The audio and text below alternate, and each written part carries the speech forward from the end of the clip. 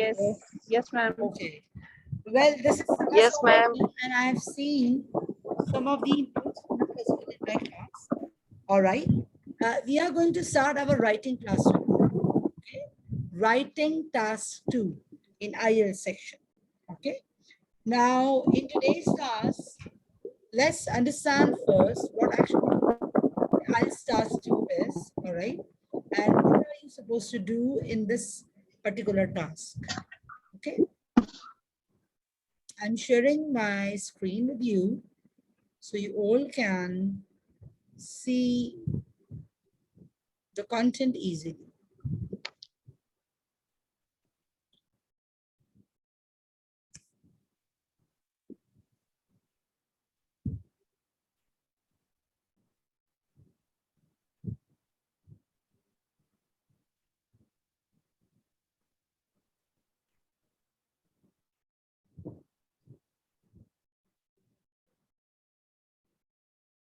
Okay, can you all please see the presentation? Let me know. आप सबको screen नजर आ रही है? Yes, ma'am. Okay.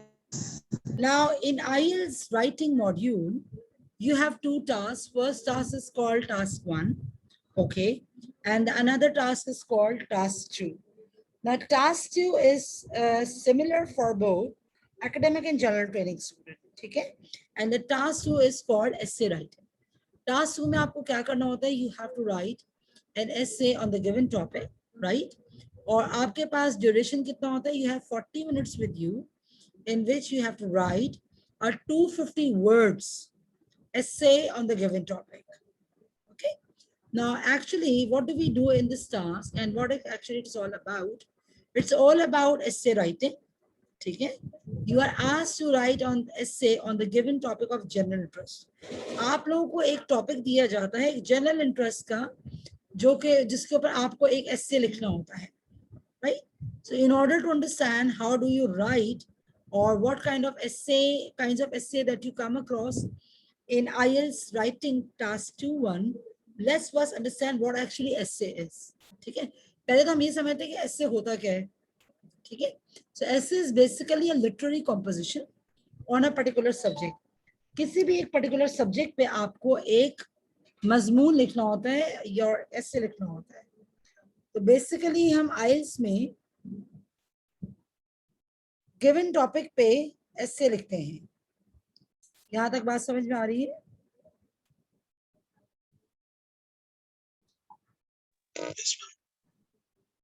Students, all are you getting my point? Yes, ma'am. Yes, ma'am. अच्छा, अब बात क्या होगी कितने टाइप्स के ऐसे होते हैं? There are basically 4 different types of essays that you come across.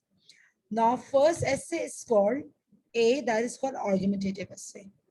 आपका कभी ऐसा होता है कि argumentative essay आता है, कभी आपके कोई दूसरे तरह के essay आते हैं. तो बेसिकली हमें पहले समझना होगा कि टास्क 2 में कितनी तरह के essays आपको तैयारी करनी चाहिए उसकी, जो कि आ सकते हैं एग्जाम में. अच्छा, remember one thing, you get only one topic. ठीक है, आइल्स में कोई चॉइस नहीं होती essay writing में. So any kind of essay can be given. Let's first understand type 1. Type 1 is called argumentative essay. अच्छा, इसमें क्या होता है? A topic presents an argument. आपको एक टॉपिक मिलेगा जिसमें आर्ग्यूमेंट प्रेजेंट हुआ होगा ऑलरेडी, और आपको एक्सप्लोर करना होगा उस आर्ग्यूमेंट से रिलेटेड कि आप अग्री करते हैं या डिसएग्री करते हैं उस टॉपिक से, और आपको उसमें प्रोस एंड कॉन्स डिस्कस करने होते हैं. यानी भाई क्या फायदे हो सकते हैं, क्या नुकसान हो सकते हैं. ठीक है, तो बेसिकली आपको रीजंस देने होते हैं, आर्ग्यूमेंट करना पड़ता है ईदर इन फेवर, जैसे हम कहें रीजंस फॉर, या अगेंस्ट. या तो आप उसमें अग्री करते हैं या डिसएग्री करेंगे. ठीक है, और फिर अपनी सपोर्ट करेंगे one side of argument that you are presenting. अच्छा, आइल्स में एक बहुत इंपॉर्टेंट चीज ये है ऐसे राइटिंग में, that you all have to support your argument with sufficient evidence as well as refute the opposing side of the argument. Argument ऐसे में basically होता ये है कि आपको टॉपिक प्रेजेंट होगा और उसमें आपसे पूछा जाएगा कि whether you agree or disagree. For example, मैंने एक एग्जांपल दी हुई है, studying English in English speaking country is the best but not the only way to learn the language. Do you agree or disagree? अभी एक सवाल आपको दिया हुआ है कि क्या इंग्लिश पढ़ना इंग्लिश स्पीकिंग कंट्री में, इंग्लिश स्पीकिंग कंट्री में क्या मतलब होता है, जहाँ पे इंग्लिश बोली जाती है, बेस्ट वे है, लेकिन ओनली वे नहीं है कि आप इसी तरीके से लैंग्वेज को लर्न करें. अच्छा, मुझे बताइए आप में से कितने अग्री होते हैं कि जी हाँ भाई इंग्लिश स्पीकिंग कंट्री में ही इंग्लिश सीखी जा सकती है? How many of you agree? कितने I'm लोग not agree? agree. Disagree. Okay, you agree. समना? Yes, okay. Okay, you also agree. No, राहत? ma'am. अच्छा, कौन कह रहे हैं? Agree. No, ma'am. No, madam, not agree. Okay, you don't I am Disagree. not agree okay, because Agree. ठीक. it can be learned in other ways. Okay, very good. तो कुछ लोग कह रहे हैं कि भाई हम अग्री नहीं करते हैं इस बात से, हम अपने मुल्क में भी सीख सकते हैं. कुछ कह रहे हैं कि भाई हम अग्री करते हैं. तो जो लोग अग्री करते हैं वो बेसिकली अपना पॉइंट अपना आर्ग्यूमेंट पहले अग्रीमेंट से शेयर करेंगे. ठीक है, तो इसका मतलब है आपने एक साइड ले ली, एक आर्ग्यूमेंट पे अपना एक स्टांस दे दिया कि भाई मैं अग्री करता हूँ कि हम इस इंग्लिश स्पीकिंग कंट्री में बेहतर तरीके से इंग्लिश सीख सकते हैं. और फिर आप क्यों कह रहे हैं ये, फिर आप इसके अपने रीजंस देंगे. अच्छा, अभी मैं यहाँ डिटेल में नहीं जाऊंगी, मैं बाद में जब आर्गुमेंटेटिव राइटिंग आपको सिखाऊंगी फिर आपको बताऊंगी कि आर्गुमेंट और मजीद क्या होता है और हम आर्गुमेंट किस तरह डेवलप करते हैं. ठीक है, यहाँ तक ये बात समझ में आ रही है टाइप ए की? Yes, ma'am. ठीक है. Yes, ma'am. आपका होता है आर्गुमेंटेटिव बेस एसे, जिसमें आपने एक बहस को बहस तो नहीं कहूंगी, आपने इसमें एक स्ट्रॉन्ग आर्गुमेंट डेवलप करना होता है जिससे आप पढ़ने वाले को, सामने वाले को कन्विंस करते हैं कि आप जो भी बात कह रहे हैं वो क्यों कह रहे हैं, तमाम एविडेंसेस के साथ, रीजनिंग के साथ और एविडेंसेस के साथ. अच्छा, फिर हमारे पास एक टाइप और है एसे की जिसे हम कहते हैं type 2 essay. Now type 2 essay is called discussion based essay. ठीक है, और डिस्कशन एसेस क्या होते हैं? डिस्कशन ऐसे होता है कि आपको एक टॉपिक दिया जाएगा, कोई भी इशू दिया जाता है, उसमें आपको दोनों आर्ग्यूमेंट्स, दोनों साइड्स डिस्कस करनी होती है. अभी हमने पहले में मैंने आपको एक बात बताई कि आप एक साइड डिस्कस करते हैं और आप रिफ्यूटिंग पॉइंट भी मेंशन करते हैं. ठीक है, हम जब भी आर्ग्यूमेंट डेवलप करते हैं हम कभी भी वन साइडेड आर्ग्यूमेंट डेवलप नहीं करते हैं. हमेशा अगर मैं कहूँ कि हाँ भाई इंग्लिश स्पीकिंग कंट्री में ही इंग्लिश बेहतर तरीके से सीखी जा सकती है तो मेरा आर्ग्यूमेंट फेवर में ज्यादा होगा. ठीक है, मैं अग्री कर रही हूँ इस बात से, तो मैं ज्यादा बात किस पे करूंगी, अग्रीमेंट पे करूंगी. लेकिन but I also talk about the another aspect as well. ठीक है, आप किसी को भी कन्विंस अपनी एक ही बात से नहीं कर सकते, आपको तस्वीर का दूसरा रुख भी दिखाना पड़ता है. ठीक है, लेकिन हम ज्यादा बात इससे करेंगे, हम अपने आर्ग्यूमेंट पे बात करेंगे, लेकिन हम साथ में अपने अपोजिंग आर्ग्यूमेंट को भी डिस्कस करते हैं आर्गुमेंटेटिव राइटिंग में. ये एक जनरल मिसकंसेप्शन है जो बच्चे समझते हैं कि भाई आर्गुमेंटेटिव राइटिंग में हम अपनी एक ही तरीके की बात कर रहे होते हैं. We just talk about one side, whatever we think, we believe is true. No, it's entirely incorrect way of approaching this kind of writing. In this you also talk about the refuting side as well. ठीक है. अच्छा, discussion में क्या होता है? In discussion essays you talk about both sides of argument equally. अगर मैं कह रही हूँ कि हाँ भाई जैसे हमने एग्जांपल ली हुई है कि some people think that government should provide free education at every level. However, some says that individuals should pay for their university education. कुछ लोगों का मानना है, कुछ लोग सोचते हैं कि भाई गवर्नमेंट को ही फ्री एजुकेशन प्रोवाइड करनी चाहिए हर लेवल पे, चाहे वो प्राइमरी लेवल हो, सेकेंडरी लेवल हो, स्कूल लेवल हो, टेरिटरी लेवल हो या कॉलेज का लेवल हो, एजुकेशन फ्री होनी चाहिए सबके लिए. जबकि कुछ लोगों का मानना ये है कि इंडिविजुअल्स को खुद जो है वो पे करनी चाहिए यूनिवर्सिटी एजुकेशन के लिए एटलीस्ट. तो आपने दोनों व्यू डिस्कस करने हैं और अपना ओपिनियन भी देना है. तो अब इसमें क्या करेंगे, हम ये वाली बात भी डिस्कस करेंगे कि हाँ भाई किसी हद तक गवर्नमेंट को फ्री एजुकेशन भी प्रोवाइड करनी चाहिए, और फिर मैं इसमें अपने रीजन दूंगी भाई क्यों गवर्नमेंट को हर लेवल पे एजुकेशन फ्री प्रोवाइड करनी चाहिए पब्लिक को. ठीक है, दूसरे पैराग्राफ में मैं इसकी बात करूंगी भाई कुछ एतबार से इंडिविजुअल्स को यूनिवर्सिटी एजुकेशन के लिए खुद पे करना चाहिए. अब रीजन क्या होंगे कि भाई ये एक इंडिविजुअल की जिम्मेदारी है जब हम कहीं तालीम हासिल करने जाते हैं तो क्योंकि फीसेस ज़्यादा होती हैं तो हर लेवल पे गवर्नमेंट हर सिटीजन को सपोर्ट नहीं कर सकती, ठीक है। तो मैं मुख्तलिफ दलाइल लूँगी इस वाले पॉइंट ऑफ व्यू को भी बताने में। फिर हम आखिर में आके अपना ओपिनियन भी देंगे कि मेरे ख्याल से कौन सा वाला ज़्यादा बेहतर है, गवर्नमेंट वाला अप्रोच ज़्यादा बेहतर है या इंडिविजुअल वाली। तो मैं जो भी अपना ओपिनियन प्रेजेंट करूँगी वो फिर मैं अपने रीजंस दूंगी कि why I think which one is better.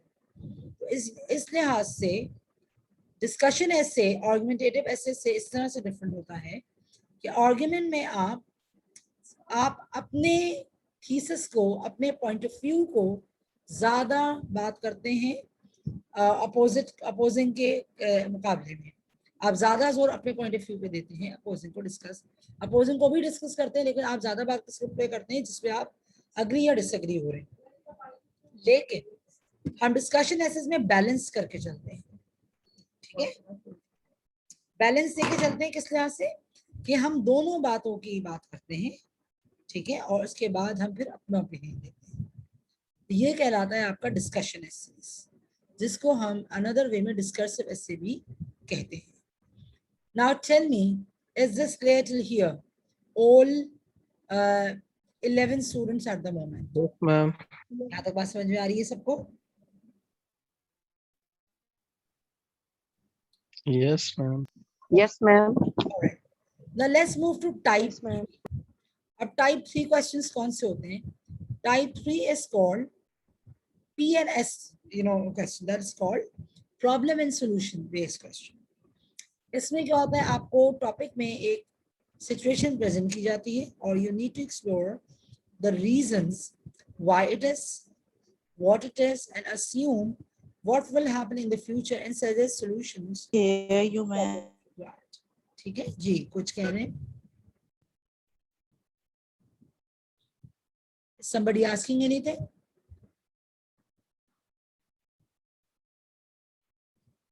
ठीक है, तो हम यहाँ बात करते हैं। Sorry student, I guess I have by mistake click on the close button, so sorry ji. So we were talking about problem and solution based essay.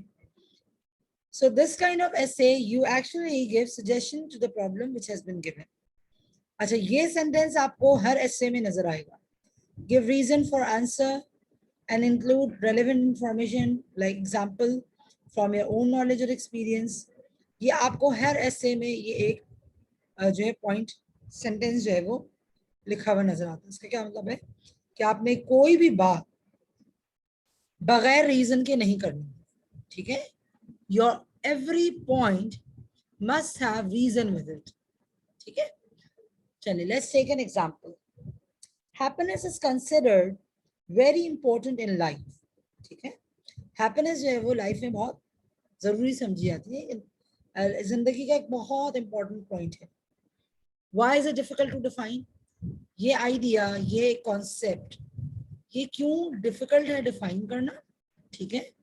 And what factors are important in achieving happiness, और कौन से ऐसे factors हैं जो कि happiness को achieve करने के लिए जरूरी हैं, ठीक है। तो आप अपने एसे में बात करेंगे हैप्पीनेस के हवाले से, ठीक है। पहले आप इसको बताएंगे कि हैप्पीनेस है क्या बेसिकली, और ये कॉन्सेप्ट, ये आइडिया इतना मुश्किल क्यों है डिफाइन करना, तो फिर आप इसके रीजन देंगे and then you will talk about the factors which are important in achieving happiness. ऐसे कौन से फैक्टर्स हैं जो कि इम्पोर्टेंट है हमारी लाइफ में अचीव करने के। अच्छा, यहाँ पे हम किसी किस्म का आर्ग्यूमेंट डेवलप नहीं कर रहे हैं, ठीक है। इस टॉपिक में हम सिर्फ अपना पॉइंट ऑफ व्यू देंगे, ठीक है, और इस पॉइंट ऑफ व्यू में अपने ओपिनियन में हम अपने ओपिनियन को रीजनिंग के थ्रू सपोर्ट करेंगे, ठीक है। अच्छा, अब आइए टाइप 4 एसे पे। टाइप 4 वाले एसे होते हैं एडवांटेज एंड डिसएडवांटेजेस। एक आपको टॉपिक दे दिया जाएगा, उसमें आपको कहा जाएगा कि भाई आप उस टॉपिक के हवाले से एडवांटेजेस एंड डिसएडवांटेजेस बताइए। जैसे some countries have implemented. Yes, I am not audible to everyone. Am I audible to everyone?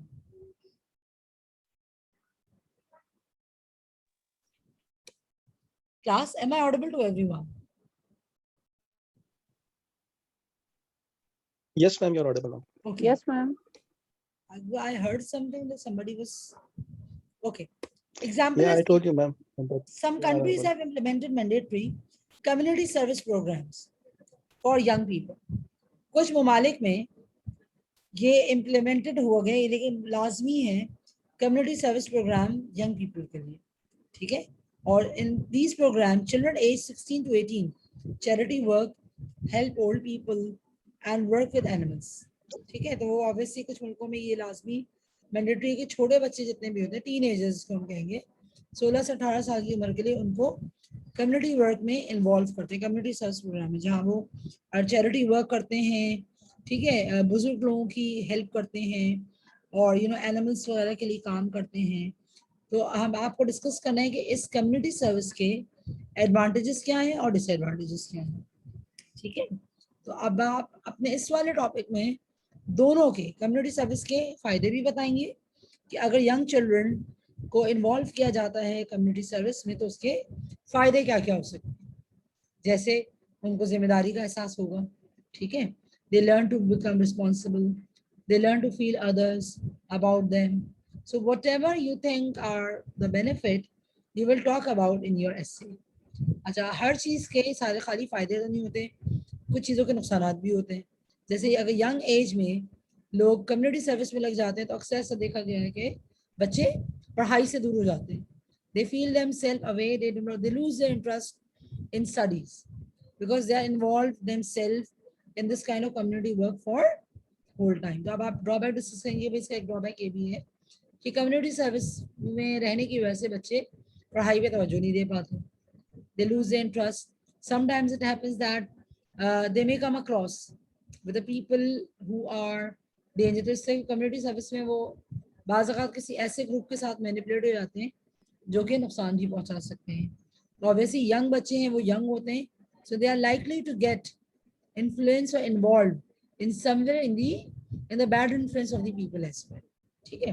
तो अब आप इसमें दोनों बात करेंगे, इसके फायदे क्या क्या है, नुकसान क्या क्या है, और एडवांटेजेस में आप जो भी बात करेंगे आप उसमें एग्जाम्पल्स और सपोर्टिंग डिटेल्स जरूर देंगे अपने पॉइंट्स को प्रूव करने के लिए, ठीक है. So whenever we develop an argument, either whatever kind of essay you are writing, चाहे वो argumentative essay हो, discursive essay हो, problem solution based essay हो, या advantage disadvantage वाले essay हो, सब में आपको reasoning जरूर देनी होती है, ठीक है, और अपने point को support जरूर करना होता है, ठीक है. बगैर support के लिए आपका essay जो है वो बेकार है. I mean, आपको नंबर नहीं मिलेंगे और आपका ऐसे वैलिड भी नहीं है. आप कोई बात कह रहे हैं, एग्जाम्पल नहीं दे रहे हैं, क्यों कह रहे हैं, रीजन नहीं दे रहे. So this means that you don't have a logical sequence और reasoning to state that particular point, ठीक है. So you need to give reasons with examples in your writing. Okay, बात समझ में आ रही है सबको? जी मैडम. Yes ma'am. ठीक है. मैं बहुत ज्यादा तेज तो नहीं जा रही हूँ, अगर मुझे आपको लगे कि मैं स्पीड में जा रही हूँ तो please let me know. No no ma'am, ये सही बिल्कुल है? सही. ठीक है. तो मैं नहीं चाह रही कि कोई भी बच्चा लाइक मिस करे. अगर in case if I am getting fast, kindly let me know. I'm trying to make my pace slow so everybody can get me right, during the session. Okay, now let's see the first part, argumentative essay. आज हम class में सिर्फ argumentative essay समझेंगे कि basically होता क्या है और हम इसको और एक आर्ग्यूमेंट को किस तरह डेवलप करते हैं, ठीक है. अच्छा, argumentative essay is basically a writing piece जो कि which is meant to convince someone to think the ways you do, ठीक है. यहाँ मैं एक पॉइंट पे एम्फसाइज कर रही हूँ, convince someone, okay, to think the way you do. क्या समझ में आ रहा है इससे? किसी को ये बात समझ में आ रही है? क्या मतलब है मेरे कहने का कि जिस तरह आप सोचते हैं वो भी वैसे ही सोचें. What do I mean by saying this? बात समझ में आ रही है यहाँ पे?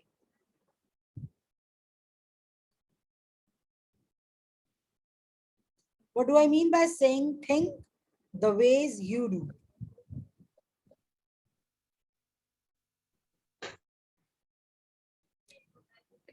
Can anybody? Your point of view. Yes, to Rahat, you are saying something. Your point of view, basically. Yes. Yeah. Yes. Okay, my point of view of what? Do they understand my point of view or do they agree with my point of view? They will have to agree with my point of view to convince someone. Very good.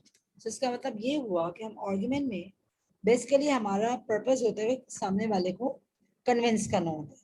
अच्छा, जब भी हम किसी को convince करते हैं, कायल करते हैं अपनी बात मनवाने के लिए, तो हम कभी भी आर्गुमेंट में इमोशनल होकर ये बात नहीं करते. ठीक है, क्योंकि इमोशनल पे होकर बात करना तो ऐसा है कि आप किसी को इमोशनली ब्लैकमेल करके या उनके इमोशन से प्ले करके आप अपनी बात मनवा तो सकते हैं, लेकिन वो चीज लॉजिकल नहीं होगी. ठीक है, जब भी वो फिर होता है परसुएसिव प्योरली. लेकिन जब आप बात आर्गुमेंट की करते हैं तो आप अपनी बात को कायल करते हैं सामने वाले को अपने आर्गुमेंट से लॉजिकली. ठीक है, जो पॉइंट आप दें, आप कन्विंस करें कि why do you think it is correct, so you give a logical reasoning to convince somebody to agree with your viewpoint. So basically we establishes a position on the topic, which is called stance, in a concise manner. So in argumentative writing, you actually make your position, either you agree or disagree with the issue which has been given. As a writer, we convince the reader to agree our point of view by giving reasons. So as I told earlier, without reasons, no argument is actually a valid argument. बगैर reason के कोई argument होता ही नहीं है. आप कोई भी बात सामने वाले को कन्विंस करने के लिए खाली मखूली हवा में बात नहीं कहते हैं. आपके पास कोई ना कोई स्ट्रॉन्ग रीजन होना चाहिए, और रीजन भी स्ट्रॉन्ग रीजन हो. It should not be a weak reason to convince somebody. Alright, okay. अच्छा, here I have given convince the reader to agree with our viewpoint. अच्छा, ये जरूरी नहीं है कि आप जो स्टेटमेंट या क्वेश्चन में जो कंट्रोवर्सी दी हुई आप उससे अग्री ही करें. आप डिसएग्री भी कर सकते हैं. तो चाहे आप अग्री कर रहे हो या डिसएग्री कर रहे हो, you need to decide in the very first paragraph which position are you on, which side you are going to take. या तो आप अग्री करेंगे या डिसएग्री करेंगे. हम कभी भी दोनों पॉइंट्स को साथ साथ लेके नहीं चलते हैं आर्गुमेंटेटिव राइटिंग में. आपका थीसिस, आपका पॉइंट, स्टांस बहुत क्लियर होना चाहिए कि आप अग्री करते हैं या डिसएग्री करते हैं. यहाँ तक बात समझ में आ रही है? Establish a position on the topic. Yes, ma'am. Yes, ma'am. As a writer, we convince reader to agree our viewpoint by giving reasons. We support our reasons or viewpoint by giving examples, evidence, facts, and data. Obviously, आप जब कोई बात करेंगे तो आप उसमें supporting details भी देंगे. आप कह रहे हैं, आप क्यों कह रहे हैं, तो उस रीजन के बाद अपने रीजन को फर्दर सपोर्ट करने के लिए आप एग्जाम्पल देते हैं, ताकि आप जो पढ़ने वाला है वो आपकी बात से अग्री कर सके या आप उसको आराम से कन्विंस कर सके. अच्छा, argumentative essay also gives opposing arguments with refute. हम उसमें opposing argument भी की भी बात करते हैं. अच्छा, यहाँ पे हम बात करेंगे. अक्सर बच्चे कहते हैं मिस अपोजिंग में बात करें. हमारा रीजन मकसद तो यही है कि वो सामने वाला हमारे पॉइंट ऑफ व्यू से अग्री करे. जी बिल्कुल, आपका मकसद यही होता है कि सामने वाला आपकी बात से अग्री करे, लेकिन कोई भी बात या कोई भी आर्गुमेंट आप वन साइडेड नहीं रखते हैं. उसकी वजह यह है, तस्वीर के कितने रुख होते हैं, किसी भी इशू के कितने एस्पेक्ट हो सकते हैं.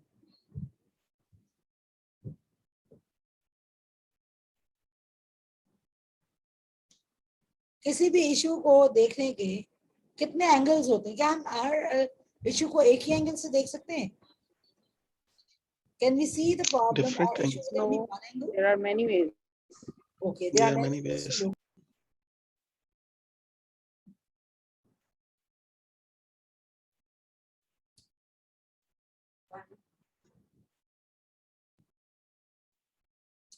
So basically we can see the issue from different perspectives. ठीक है, तो किसी भी इशू पे बहस करने के लिए उसके कई एंगल्स होते हैं जिससे आप उस इशू को डिस्कस कर सकते हैं. इसलिए आप अपनी आर्गुमेंट को वन साइडेड नहीं रखते हैं, बल्कि आप अपोजिंग पॉइंट को भी डिस्कस करते हैं. ठीक है, कि अपोजिंग पॉइंट भी किसी हद तक सही हो सकता है, लेकिन आप ज्यादा बात किस पे करेंगे? अपने पॉइंट ऑफ व्यू पे जो कि आपने दिया हुआ है.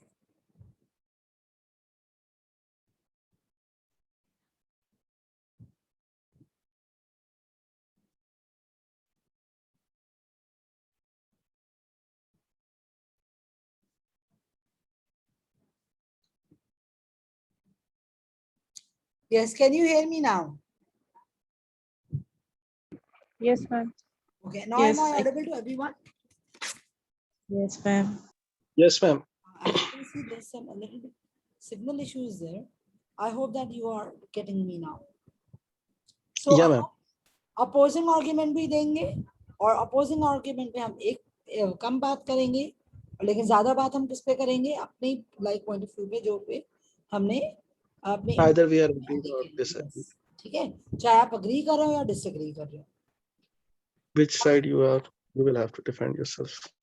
Sorry, Kanika ma'am, you have to defend yourself हाँ, yes, yes, you need to defend by yourself the by giving by reasons. the Right, by giving perfectly right. reasons or रहा, examples of logics.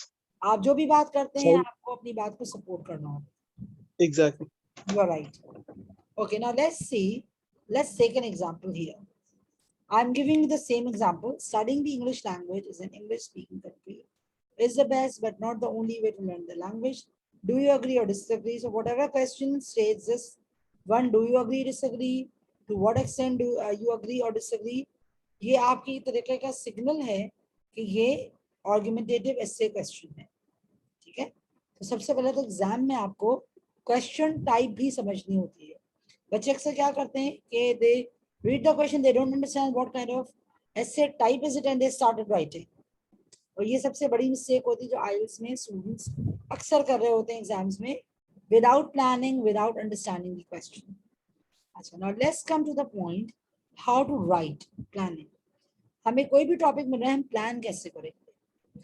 Since you have 40 minutes with you, ठीक है, and you are not supposed to give more than 40 minutes.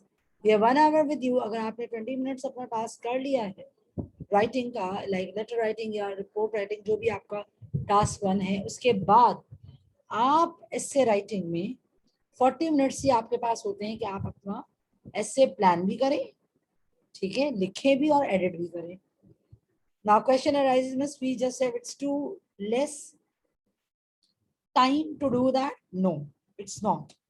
आप बहुत आराम से अपना इससे plan कर सकते हैं अगर आप ऑर्गेनाइज्ड हैं. पहला पॉइंट क्या होता है? प्रिपरेशन. और प्रिपरेशन पार्ट कहलाता है ब्रेनस्टॉर्मिंग पार्ट, जिसमें आप पहले सबसे पहले क्वेश्चन रीड करते हैं. So give at least 5 to 7 minutes to brainstorming and preparation part. ठीक है, writing should take at least 30 minutes. ठीक है, क्योंकि इसमें आपको 5 पैराग्राफ्स का एक 250 वर्ड्स कैसे लिखना होता है, तो लाइक शॉर्ट तो होगा नहीं, तो ऑब्वियसली आपको अपने पॉइंट्स ऑफ व्यू देने होंगे. तो कम से कम 30 मिनट आप अपने पास रखें कि आप सिर्फ लिखने को दे सकें. इसमें आप सिर्फ ऐसे लिखें. लिखने के बाद obviously when we write anything, we are human, और to err is human means we can make errors. So in order to avoid errors, please recheck your essay again. कहीं कोई स्पेलिंग एरर तो नहीं है, कोई ग्रामेटिकल एरर तो नहीं किया हुआ है आपने. तो 3 मिनट आखिर के एडिटिंग के भी दिया कीजिए. जो पॉइंट आपने लिखे हुए ब्रेनस्टॉर्मिंग में, सारे पॉइंट आपने डिस्कस किए हैं. ऐसा तो नहीं आपका कोई पॉइंट रह गया हो, मिस हो गया और आप ना दे पाए हो, कोई स्पेलिंग एरर तो नहीं कर दिया है आपने. So check your essay at the end for editing. Now let's come to the first point, preparation part. Now preparation part should take 7 minutes around. This involves studying the question carefully. सबसे पहले तो question ध्यान से पढ़िए. Question में keywords होते हैं, तो कीवर्ड को हाईलाइट कर लीजिए. जैसे आप यहाँ देख सकते हैं, you can see here, I have highlighted the keyword. My topic is related to studying English language, English speaking country, best but not only way to learn the language. So my topic should be revolved around on this topic about studying English language. मेरा main topic क्या होगा? Studying English language, ये मेरा main topic है, ठीक है। उसमें मुझे ये डिस्कस करना है कि क्या हम इंग्लिश स्पीकिंग कंट्री में बेहतर तरीके से सीख सकते हैं या हम अपने मुल्क में सीख सकते हैं। तो सबसे पहले जब मैं अपनी कीवर्ड्स को हाईलाइट कर लूंगी तो मैं टॉपिक को आराम से सोच सकती हूँ, ठीक है। Then I will think about the topic, like what points I can write down. So start doing brainstorming, jot down points. पहले सारे points लिख लीजिए, फिर देखिए कौन सा point important है। ऑब्वियसली आप सारे पॉइंट्स तो आपके इंपॉर्टेंट नहीं होंगे।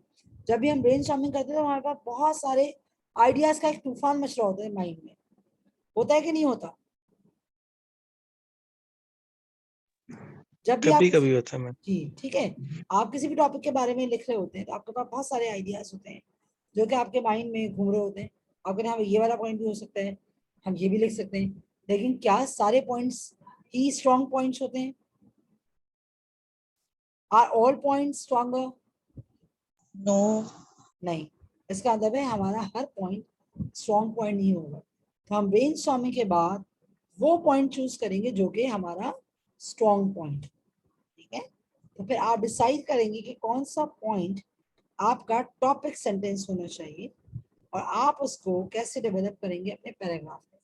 टॉपिक सेंटेंस से कहते हैं मेन आइडिया को। हर पैराग्राफ में एक मेन आइडिया मेंशन होना चाहिए, ठीक है।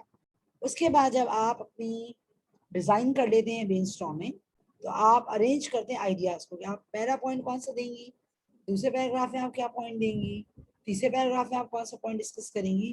तो इससे क्या होता है कि आपको हेल्प मिलती है अपने पॉइंट्स को लॉजिकली ऑर्डर करने में, ठीक है। आपके ऐसे राइटिंग में लॉजिक का बहुत बड़ा खेल है। अगर आपके पॉइंट्स लॉजिकल नहीं होंगे तो आपको नंबर नहीं मिलेंगे, ठीक है। आप एक बात जो आपको पहले कहनी चाहिए वो आप बाद में कहें तो वो बिल्कुल ही अपोजिट वे हो जाता है और बहुत ही इलॉजिकल वे है किसी भी बात को डिफाइन करने का। तो हमेशा पॉइंट्स जो हैं वो हमारे लॉजिकल ऑर्डर में होने चाहिए। Now let's have a look कि हम इसको करेंगे कैसे। राइटिंग 30 मिनट लेनी चाहिए। इसमें आप एक ऐसे राइटिंग में कम से कम 5 पैराग्राफ्स होते हैं। कितने पैराग्राफ्स होते हैं? How many paragraphs are there? 5 5, yes. 5 paragraph की क्या डिवीजन होती है? पहला पार्ट कहलाता है आपका इंट्रोडक्शन, फिर आपके 3 पैराग्राफ्स होते हैं जो कि कहलाते हैं body paragraphs, second, third and fourth, ठीक है। और फिर लास्ट पैरा जो कि 5th पैरा होता है वो कहलाता है कंक्लूजन। अच्छा, हम इंट्रोडक्शन में क्या बात डिस्कस करते हैं? देखिए, आपका ऐसे बिल्कुल एक हैमबर्गर की तरह होना चाहिए। इससे आपको ये आसानी रहेगी कि आप अपने एसे को कैसे ऑर्गेनाइज करेंगे, ठीक है। पहला पार्ट आपका जो टॉप पार्ट 1 होता है बर्गर का, उसमें आप वो क्या होता है आपका इंट्रोडक्शन होता है। ये पिक्चर मैंने इसलिए दिए ताकि आप जब भी बर्गर खाएं तो आपको अपने एसे की आउटलाइन याद रहे, ठीक है। दूसरा पार्ट होता है लेटर्स का जो कि आपका पहला बॉडी पैरा, चाहे आप उसको फेवर में लिखें या अगेंस्ट में लिखें, वो आप पे डिपेंड करता है कि आप कौन सा स्टांस से। उसके बाद आता है टोमेटो। टोमेटो पार्ट कहलाता है आपका बॉडी पैरा 2, ठीक है। अगर आपने अग्री किया हुआ है कि भाई हाँ मैं अग्री करता हूँ हमें इंग्लिश स्पीकिंग कंट्री में ही सीखना चाहिए इंग्लिश, तो आप बात करेंगे फेवर में कि इंग्लिश स्पीकिंग लर्निंग लैंग्वेज और studying English language is the studying language English language is more or has more benefit if somebody learns in English speaking country, ठीक है। और क्यों, तो फिर आप उसके फायदे बताएंगे। तो मैं अगर फेवर में बात करूंगी तो मेरे बॉडी पैरा 1 और बॉडी पैरा 2 फेवर में ही होंगे, ठीक है। बॉडी पैरा 3 जो कि आपका बर्गर पार्ट होता है वो अगेंस्ट में जाएगा, ठीक है। आप फिर अपना रिफ्यूटिंग पॉइंट देंगे और जो बॉटम पार्ट होता है 1 का वो आपका कंक्लूजन होता है।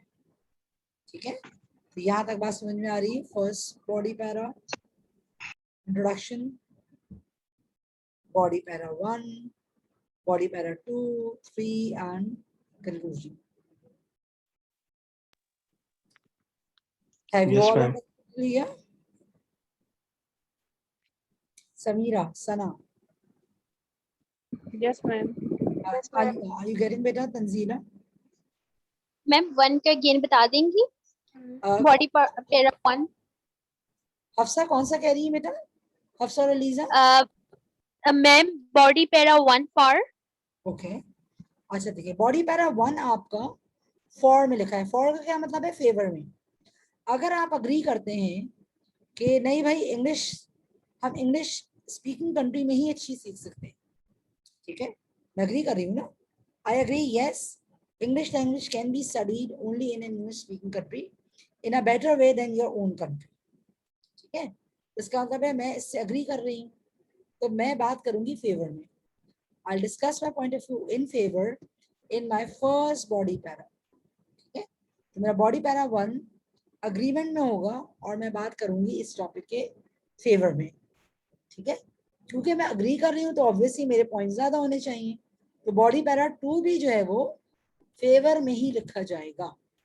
ठीक है, उसके बाद ऑब्वियसली अब मैं पूरा ऐसे अपना एक ही बात पे तो नहीं बोलती जाऊंगी, हर पिक्चर की फ्लिप साइड भी होती है. तो हम एक बॉडी पैरा जो कि हमारा बॉडी पैरा 3 कहलाता है वो भी हम मेंशन करेंगे जो कि अगेंस्ट में है. अब यहाँ आप देखें मैंने ज्यादा बात किस पे की, फॉर पे या अगेंस्ट पे? For पे.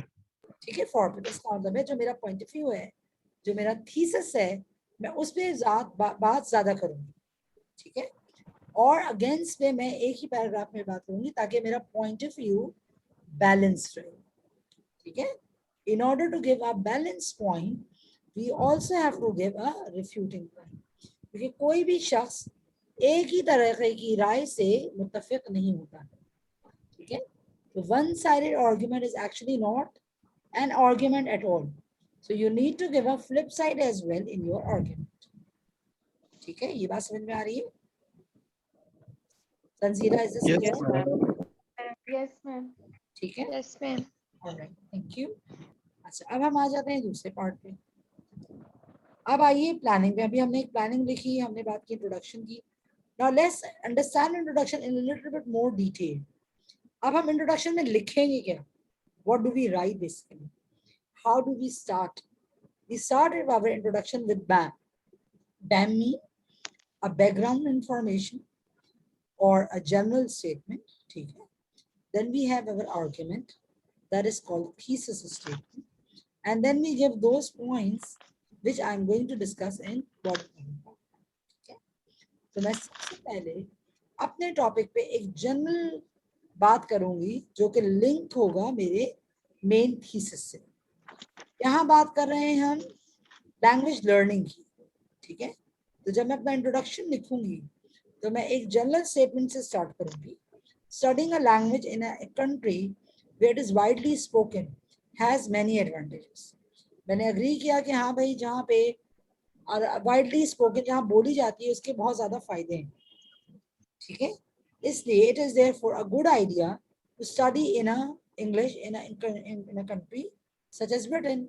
तो हमें इंग्लिश वहीं सीखनी चाहिए जो पे के नेटिव स्पीकर्स हैं और जहाँ पे ज्यादातर लोग इंग्लिश बोलते हैं. ठीक है, ये तो बात कह दी मैंने, एक जनरल स्टेटमेंट दिया. ठीक है, जो कि लैंग्वेज के ही हवाले से है. फिर मैं आऊंगी अपने थीसिस पे. अब थीसिस क्या है? Thesis is actually a statement of 1 and 2 sentences that tells the reader the focus of my essay. ठीक है, what the essay is going to be about, my position, either I agree or disagree. अगर मैं disagree करूँ नहीं भाई यही एक तरीका नहीं है कि जहाँ पे इंग्लिश सीखी जा सकती है, तो मैं अपना पॉइंट ऑफ व्यू इंट्रोडक्शन में दूंगी. यस आई अग्री और आई डिसएग्री.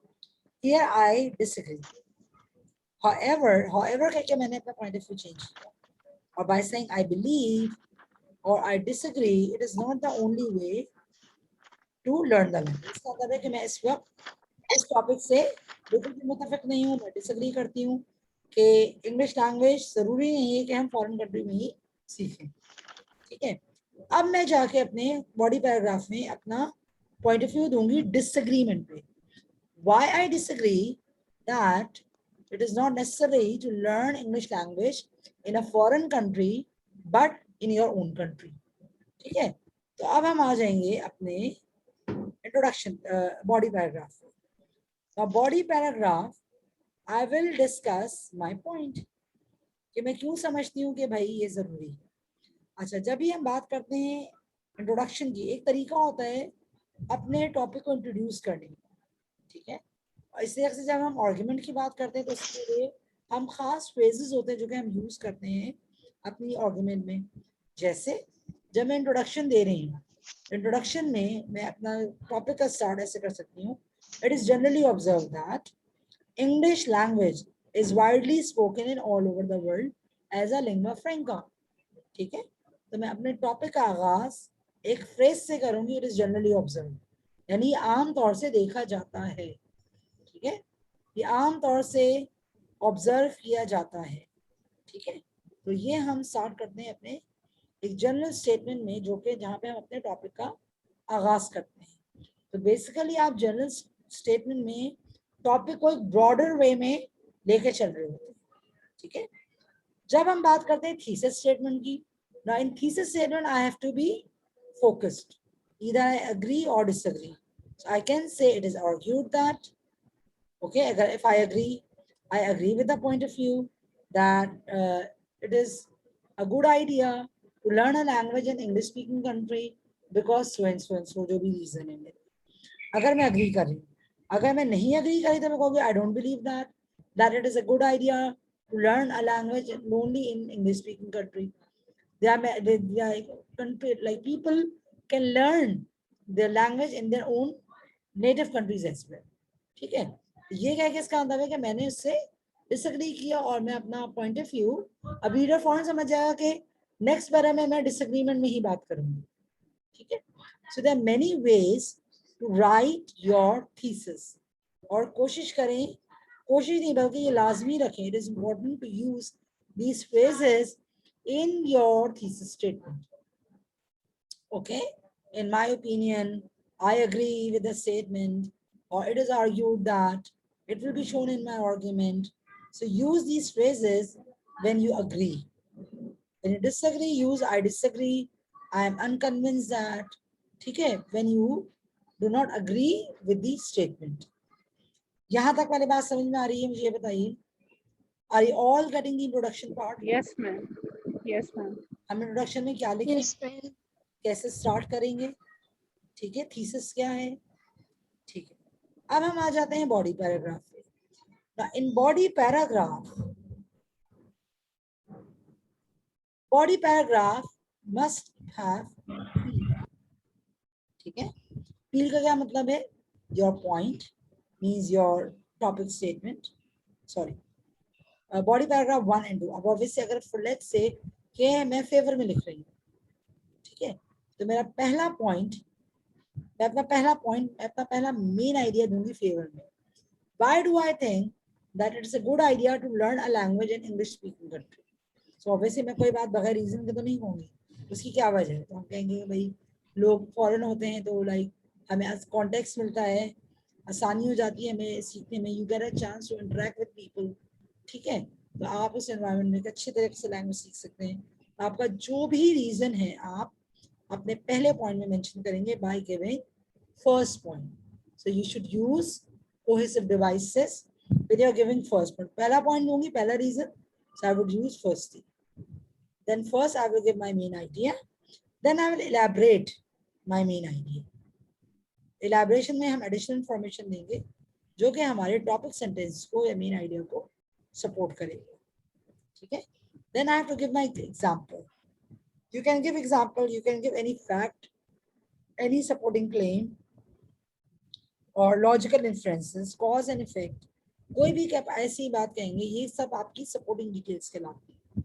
सपोर्टिंग डिटेल्स क्या होती है? जो कि आपके पॉइंट को स्ट्रेंथन करती हैं, सपोर्ट करती हैं, जो कि आपने यहाँ रीजन में दिया हुआ होता है, उसके बाद जब आपने अपने पॉइंट को सपोर्ट किया, फिर आप दोबारा से back to your topic sentence, वापस पे आप अपने टॉपिक सेंटेंस पे आते हैं और आप लिखते हैं कि why do you think your topic sentence is correct. So you just conclude your wrap up your point by mentioning therefore thus this shows us with different transitional phrases. ठीक है, तो आपके बॉडी पैराग्राफ में कौन कौन से points होने चाहिए? फर्स्ट पॉइंट, पहला पॉइंट क्या होगा? मैम फर्स्ट ही सेंटेंस और main idea. Very good. First you write main idea, then फिर क्या लिखेंगे आप? Then that basically an example or some information to support your idea. Very good. You elaborate your point and then you write example or any supporting detail with the help of statistics or any word to support your idea. ठीक है, उसके बाद क्या करेंगे Binesh? Then Rahat, just please you hold will, on. Thank you for your answer. I would Yeah. like somebody else to participate. Yes, Samira. Samira, are you there? Aliza, Amara. Samira, मुझे आप सुनाई नहीं दे रही हैं, आप क्या कह रही हैं? मुझे नहीं आवाज आ रही. Are you speaking at the moment? Samira, Asma. Yes, ma'am. Yeah, your points are pretty good. Fair. ठीक है, तो आप मुझे ये बताइए कि एग्जाम्पल के बाद हम क्या लिखेंगे?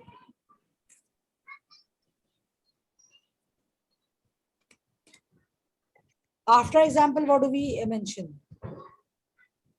Then we will go back to our topic sentence. Yes, very good. You link your back to your topic sentence to wrap up your argument. ठीक है, very good. तो बॉडी पैरा 1 and 2 में हमारा यही स्ट्रक्चर रहेगा जब आप बात करें लाइक फेवर में. बॉडी पैरा 3 में हम बात करेंगे रिफ्यूटिंग आर्गुमेंट. ऑब्वियसली आप अगेंस्ट भी लिखेंगे. तो जब भी आप अपना रिफ्यूटिंग पॉइंट देंगी तो हम क्या यूज करते हैं? Word on the contrary, in contrast. ठीक है, हम however भी यूज करते हैं. However, this shows a contrast point. on the other hand. On the other hand, very good. Thank you so much. On the other hand भी कहा जाता है जब आप तस्वीर का दूसरा रुख दिखा रहे हैं. तो हम बात करेंगे on the other hand, in contrast. अच्छा, in comparison मैं नहीं कहूँगी, क्योंकि in comparison आप तब यूज करते हैं जब आप बात करते हैं, जब आप कंपेयर कर रहे हैं एक सिचुएशन को दूसरे सिचुएशन से. तो जब आप किसी ऑपोजिट पॉइंट की बात करते हैं तो हम यूज करते हैं on the contrary, on the other hand. Yes. Whereas नहीं, हम यहाँ whereas नहीं यूज करेंगे. उसकी वजह है अस्मा और अलीजा, क्योंकि whereas आप कभी भी जुमले के शुरू में नहीं यूज करते एज अ कॉन्ट्रास्ट. हाँ, whereas आप वहां यूज करेंगे जहां आप दो चीजों का कॉन्ट्रास्ट शो कर रहे हो, किसी दो पॉइंट्स का, वहां तो आप whereas शो कर सकते. जी, जैसे मैं कहूँ कि most of the people in Pakistan prefer to spend their time on socializing, whereas in other countries, like in other European countries, people prefer to spend their time or leisure time on reading books. ठीक है, तो whereas करके मैं बिल्कुल contrast बता रही हूँ कि पाकिस्तान में ज्यादा लोग सोशलाइजिंग में अपना ज्यादा टाइम गुजारते हैं, जबकि दूसरी तरफ जो दूसरे कंट्री में लोग हैं वो रीडिंग में अपना टाइम ज्यादा स्पेंड करते हैं बजाय सोशलाइजिंग. ठीक है, तो whereas That's also a comparison. Sorry, That's also a comparison between the lives of the people no, of Pakistan and the other yes, it is a comparison yet, Rahat, but I'm showing two contrasts. Okay. Comparison तब होगा कि जब मैं कहूँ कि भाई 50% लोग पाकिस्तान में सोशलाइजिंग करते हैं, जबकि दूसरे ममालिक में 70 to 80 का रुझान है. मैं इक्वल बेसिस पे बात सोशलाइजिंग की ही कर रही हूँ, लेकिन मैं कंपेयर कर रही हूँ कहाँ कम है कहाँ ज्यादा है. ठीक है, Okay. देखिए, अगर मैं बात कहूँ कि सोशलाइजिंग एक कंट्री में होती है लेकिन दूसरी कंट्री में सोशलाइजिंग का कोई कॉन्सेप्ट नहीं है, वहां लोग रीडिंग पे या अपने साथ टाइम ज्यादा स्पेंड करना पसंद करते हैं, तो इस सोशलाइजिंग के बिल्कुल ऑपोजिट पॉइंट है. ठीक है? Okay, yes. वहां मैं एक Yeah, दूसरे ma'am. अपोजिट पिक्चर बता रही हूँ जो कि एक कंट्री में बिल्कुल नहीं होती है। ये कहलाएगा कंट्रास्ट। कंट्रास्ट और कंपैरिजन में फर्क होता है। कंट्रास्ट में आप सिर्फ डिफरेंसेस बताते हैं, कंपैरिजन में आप दो चीजों के डिफरेंसेस और सिमिलैरिटी दोनों को शो करते हैं। लेकिन कंट्रास्ट में आप सिर्फ और सिर्फ डिफरेंस की बात करते हैं, एक चीज दूसरे से डिफरेंट कैसे है। ठीक है? Okay. कंपैरिजन में Yeah, आप ma'am. सिमिलैरिटीज की बात करते हैं इक्वल बेसिस पे। मैं भी आगे जाके आपको उसकी मजीद एग्जांपल देके समझाऊंगी how can we write about that, right? अच्छा, मैं आपको Okay. इंशाल्लाह आगे क्लास में राइटिंग स्टाइल भी बताऊंगी। जो बच्चे अभी मुझे नया नया ज्वाइन कर रहे हैं, जिनको थोड़ा सा राइटिंग में इश्यूज हैं, सेंटेंस स्ट्रक्चर को कैसे यूज करने चाहिए, तो मैं आपको हेल्प करूंगी कि आप बेहतर तरीके से ऐसे राइटिंग कैसे कर सकते हैं। जैसे आपको मैं डिफरेंट एग्जांपल्स दूंगी सेंटेंसेस से, तो वो भी आपको बहुत हेल्प करेगा वैरायटी ऑफ सेंटेंसेस यूज करने में अपनी राइटिंग में। ठीक है? चलिए अब हम आ जाते हैं दूसरे पॉइंट पे कि हम on the contrary we will write, we will give elaboration. हम अपने रिफ्यूट पॉइंट को एलैबोरेट करेंगे और हम एग्जांपल लेंगे रिफ्यूट पॉइंट को सपोर्ट करने के लिए। ऐसा नहीं कि आप अपोजिट पॉइंट देने के उसमें कोई एग्जांपल नहीं है, you should give example even if you are giving the opposing और part of the topic.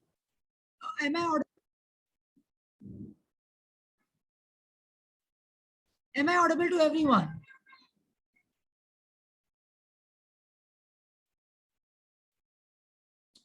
Guys, am I audible to everyone? Aliza, Amara, Binesh, Asma, Talia, Sana, Samira, Tanzira. Am I audible to everyone?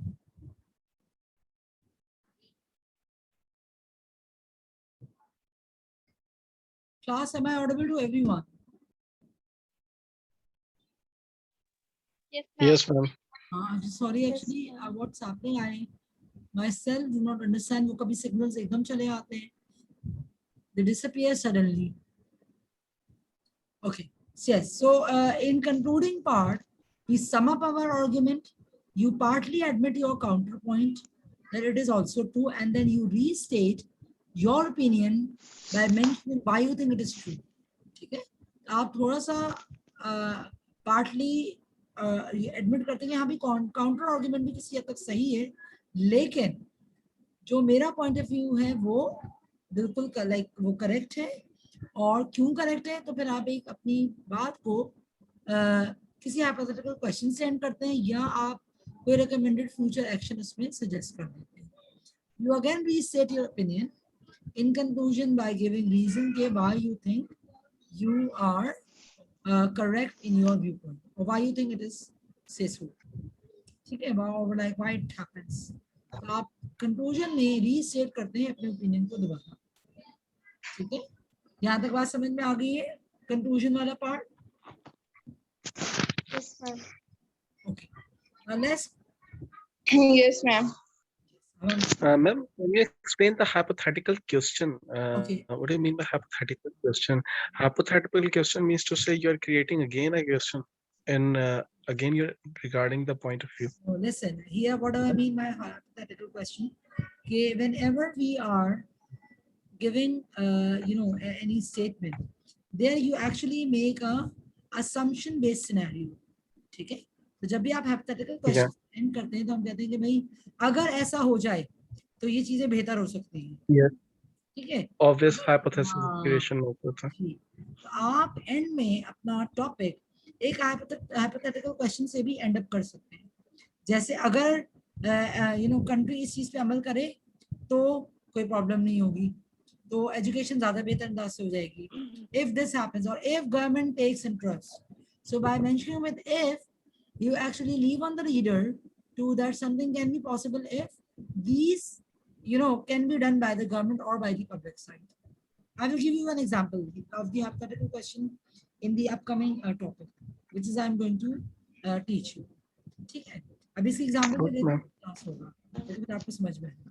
Excuse me, ma'am. How to plan the answer. Now we will be doing discussing the brainstorming of the same question, studying English and in English speaking. This is our topic. Now it said argumentative type is best, but the only way to learn the language. So हम introduction में discuss करेंगे advantages हुए हैं. There are advantages of English study in Britain, but my opinion, it's not the only way, and I will give reason. The body paragraph 1, I will disagree with the point, and I will write that student can learn English at high school at university level. Now this is the reason that I will give.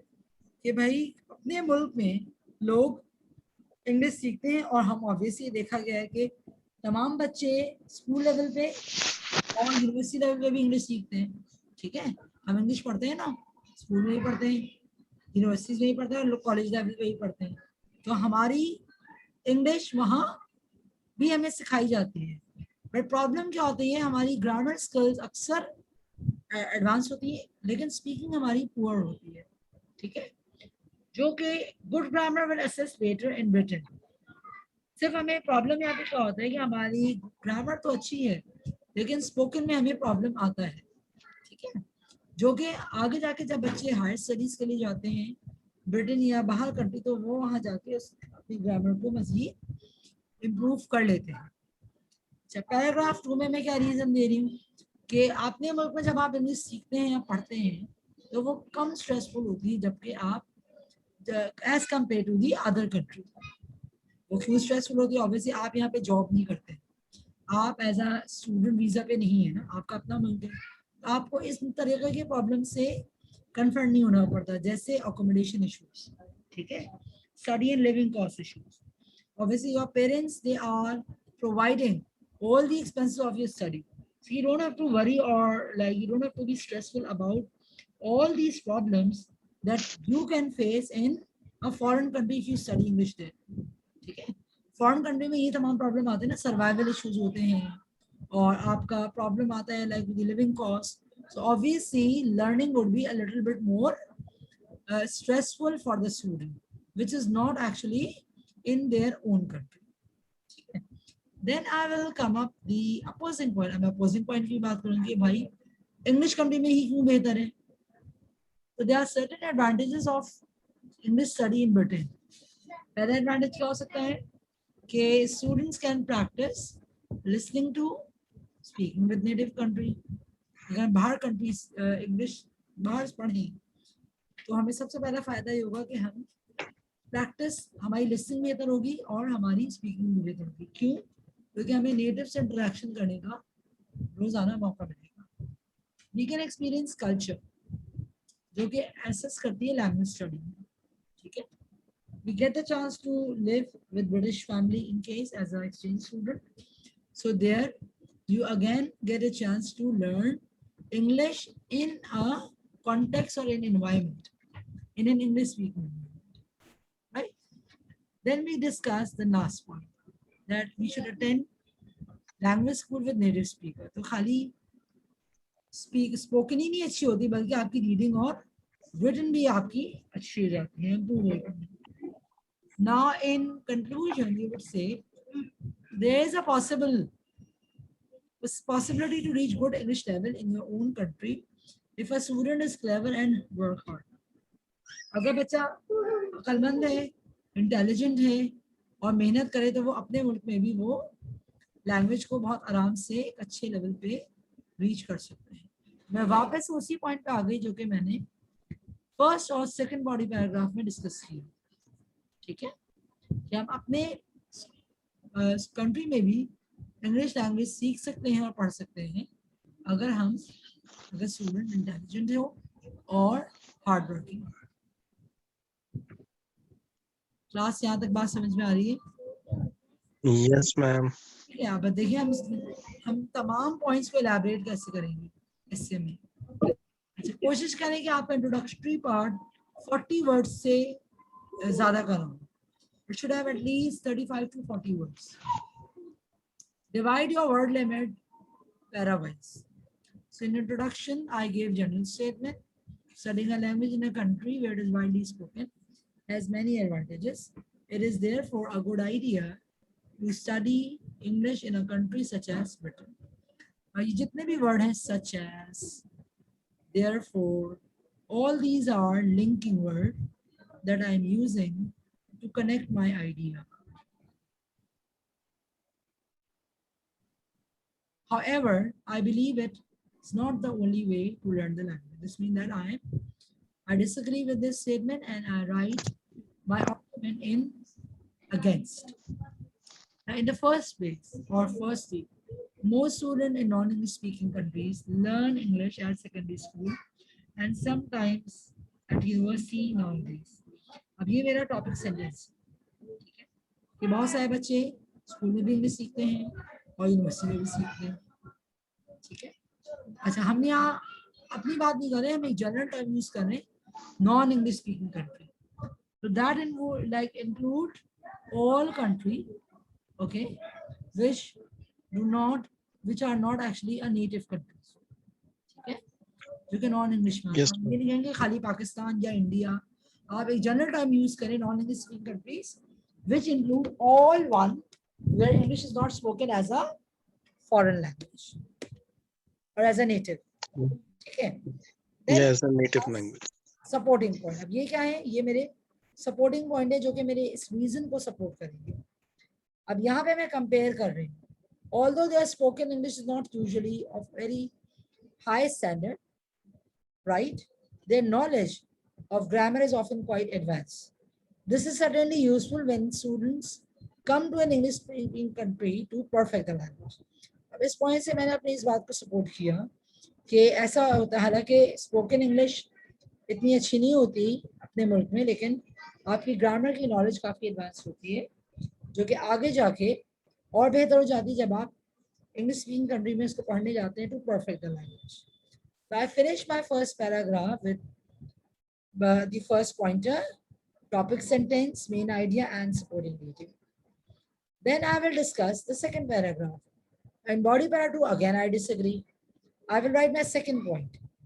Secondly, studying the basics of English at the secondary school is less stressful than learning the language while overseas. अब मैंने इसके reasons बताया भाई क्यों stressful कम होती है. This is because students living at home do not have to worry about problems such as finding accommodation, paying for their study, and living costs, and trying to survive in a foreign country. The day-to-day living causes much stress. अब मैं ये वाले pointers मेरे तमाम reasons और supporting detail है जो कि मेरे इस point को support कर रहे हैं. मैंने कहा less stressful है. अब मैंने उसकी तमाम reasons दिए और एग्जाम्पल्स दी कि भाई क्यों लेस स्ट्रेसफुल है और किस तरीके से स्टडिंग आपकी अपने मुल्क में इंग्लिश पढ़ना लेस स्ट्रेसफुल किस तरह से है so I give example that study cost नहीं होते और लिविंग कॉस्ट नहीं होते हैं and therefore you know like one doesn't have to worry about all these problems day to day ठीक है अब हम आएंगे body para 3 now by using however और in contrast I would say there are obvious advantages of learning English in Britain. अब मैं कहूँगा obviously दूसरे मुल्क में रहने के भी कुछ फायदे हैं और फायदे क्या हैं वो ये हैं कि every day there are opportunities to practice listening to and speaking with British people. आपको British people से और foreigners से आपको contact करने का native से मौका मिलता है. In addition to or also student can experience culture firsthand, which is a great help when trying to understand the language. This is especially true if they choose to live with a British family as an exchange student. For example, तो आपने कहा कि भाई अगर exchange student के तौर पे रहते हैं तो आप culture भी सीखते हैं तो culture भी आपको help करता है language को learn करने में. If students attend a language school full time, the teacher will be a native speaker. In this case, not only will students' speaking and listening skill improve, but attention can be given to developing reading and writing skills as well. आप कहेंगे भाई खाली speaking और listening नहीं improve होगी बल्कि reading और writing skills भी आपकी बेहतर होती हैं. अब हम आएंगे कंक्लूजन में. In conclusion, we would summarize balanced argument with condition and reason. Even though it is preferable to study English in an English speaking country, मैंने इसको बात भी कहा कि हाँ भाई वहाँ भी बेहतर है लेकिन but a reasonable level can be achieved in one's own country if a student is gifted and dedicated to study. ठीक है तो ये बात कह के मैं दोबारा से अपने पॉइंट पे वापस आ गई जो कि मैं बात कर रही थी पहले। यहाँ तक बात समझ में आ रही है students? Yes, ma'am. Yes, ma'am. तो हमने वापस से वही बात की जो इसकी हमने इतनी सारा आर्गुमेंट यहाँ और यहाँ आर्ग्यू किया था। हमने वापस वहीं आ गए कि अपने लेवल में लाइक कंट्री में भी लेवल स्कोर हो सकता है अगर आप गिफ्टेड और डेडिकेटेड। ठीक है, अच्छा आज मैं यहीं स्टॉप कर रही हूँ। I am stopping here. हम कल की क्लास में Okay, ma'am. आर्गुमेंट डेवलप करेंगे। मैं आपको सिखाऊंगी आर्गुमेंट हम डेवलप कैसे करते हैं। ठीक है, विद अ न्यू टॉपिक और एग्जांपल्स। ठीक है, तो कल की क्लास भी होगी कि हम क्लास में एक मैं आपको ऐसे लिख के दिखाऊंगी और फिर आप लोग नेक्स्ट क्लास में दूसरे ऐसे खुद लिखेंगे आर्गुमेंट के। ठीक है, वी विल गो इंशाल्लाह साइकिल वाइज। पहले हम आर्गुमेंटेटिव ऐसे करेंगे, then we will go for discussion essay. ठीक है, then advantage disadvantage and the situation based essay. Clear to everyone? Okay, ma'am. Ma'am, the next class is on Tuesday No, why or Thursday? tomorrow. Tomorrow, I think is the Sahib's class is there. I think the 8 and 9. Beta, I On the have router. class with you 10 to 11 Rahul. Oh, okay. मेरी तो writing class आपकी 10 to 11 पे होती है। Yeah, but tomorrow you are not in schedule, na? That's why I'm confirming because of the I have reason. already been Tomorrow is going to. you know my scheduled my schedule in GCR कि Monday से आपका regular होगा मेरे साथ class. It will be Monday to Okay. Saturday. Yes, I will Okay, reschedule let me again. check. I will reschedule. Yeah, I didn't check the GCI because I'm just checking only the WhatsApp group. That's why. You haven't received it. Okay, no issues, ma'am. I will check it again. Okay, I will again announce in GCR. You will have all Yeah, of ma'am. you academic students and general training students. They all have class with me from Monday to Saturday from 10 to 11 p.m. ठीक है? Okay, आपका writing okay, ma'am. class सबकी एक ही चलेगी। Part 2. Yes. All right, ma'am. Done. No problem. Yes. Any question?